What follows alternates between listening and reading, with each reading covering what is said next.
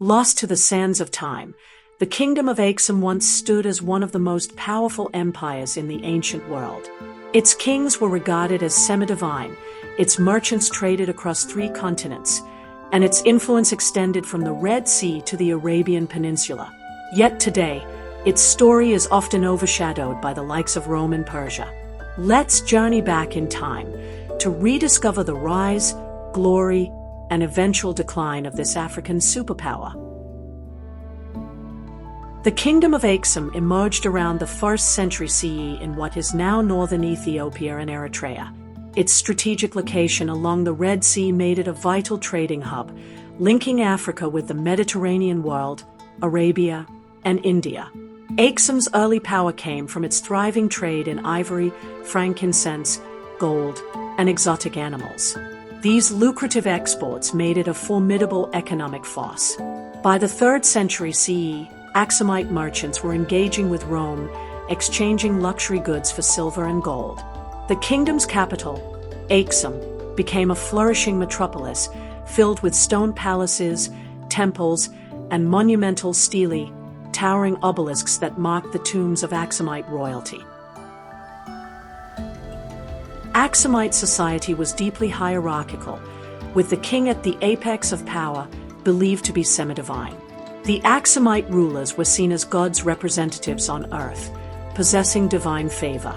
This belief in their sacred nature was reinforced through religious rituals and the construction of monumental obelisks, symbols of their divine authority. Aksumite kings claimed divine right through their supposed descent from King Solomon of Israel and the Queen of Sheba, a legend that became central to Ethiopian identity.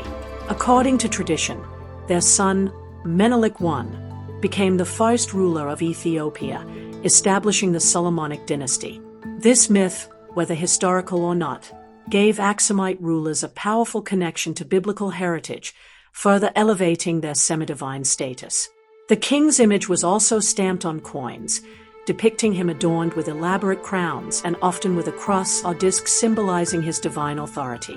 These coins circulated far beyond Aksum's borders, spreading the image of its powerful, godlike kings. The 4th and 5th centuries marked Aksum's golden age. Under King Ezana, who ruled from 320 to 360 CE, Aksum expanded its territory dramatically.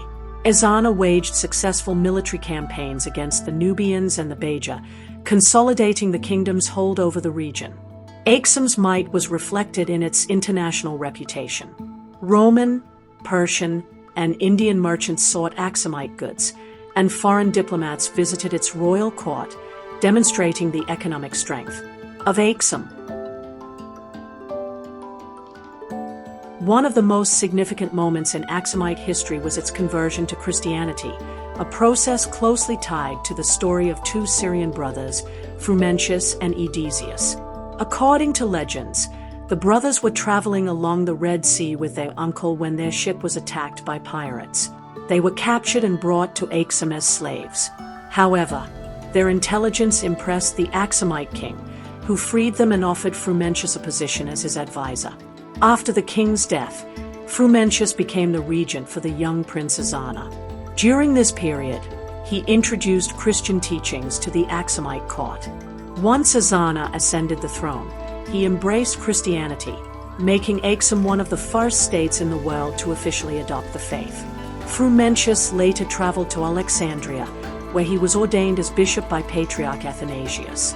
Upon returning to Aksum, he oversaw the kingdom's Christianization, establishing churches and strengthening ties with Christian powers such as Byzantium. By the early 6th century, King Kaleb, from a young age, had been ruling over Aksum with both political might and religious devotion. During his reign, Aksum reached the height of its power and influence. During the same time, in the Arabian Peninsula, the Himyarite kingdom, which is modern-day Yemen, was ruled by Yusuf Sayatha, also known as Dhu-Nuwas. A convert to Judaism, Dhu-Nuwas launched violent persecutions against Christians in the region. In 523 CE, he carried out the infamous massacre of Nadran, where thousands of Christian men, women, and children were slaughtered. When news of the massacre reached Byzantium, Emperor Justin I urged Kaleb to intervene. The Aksumite king, motivated by both religious conviction and strategic interests, launched a massive invasion across the Red Sea. Aksumite forces overwhelmed the Himyarite army. According to historical accounts, Dunu was either drowned himself in the sea or perished in battle. Kaleb's forces established Christian rule in Himyar, holding the region under Aksumite control for nearly 70 years. Following his victory, Kaleb made a remarkable decision. He abdicated the throne and retired to a monastery, dedicating his life to religious devotion. His abdication reflected the deepening Christian ethos of subsequent rules of Aksum. However, the Himyarite campaign marked the beginning of Aksum's decline. The prolonged occupation drained the kingdom's resources, weakening its economy and political stability. By the 7th century, Aksum faced mounting challenges.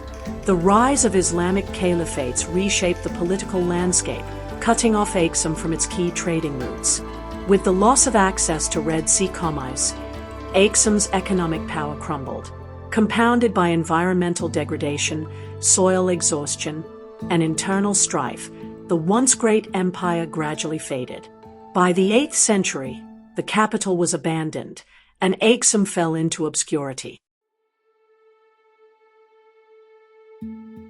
Though Aksum's political power faded, its cultural and religious legacy endured.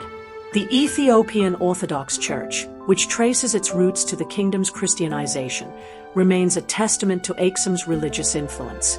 The legendary connection to King Solomon and the Queen of Sheba became central to Ethiopian identity. The Ark of the Covenant, believed by some to be housed in the Church of St. Mary of Zion in Aksum, remains shrouded in mystery and reverence. The Kingdom of Aksum was far more than a regional power. It was a global force that shaped the history of Africa and beyond. Its kings, revered as semi-divine, led a civilization that connected continents through trade, faith, and conquest. Though the kingdom faded, its influence echoes through time, a reminder of Africa's rich and powerful past.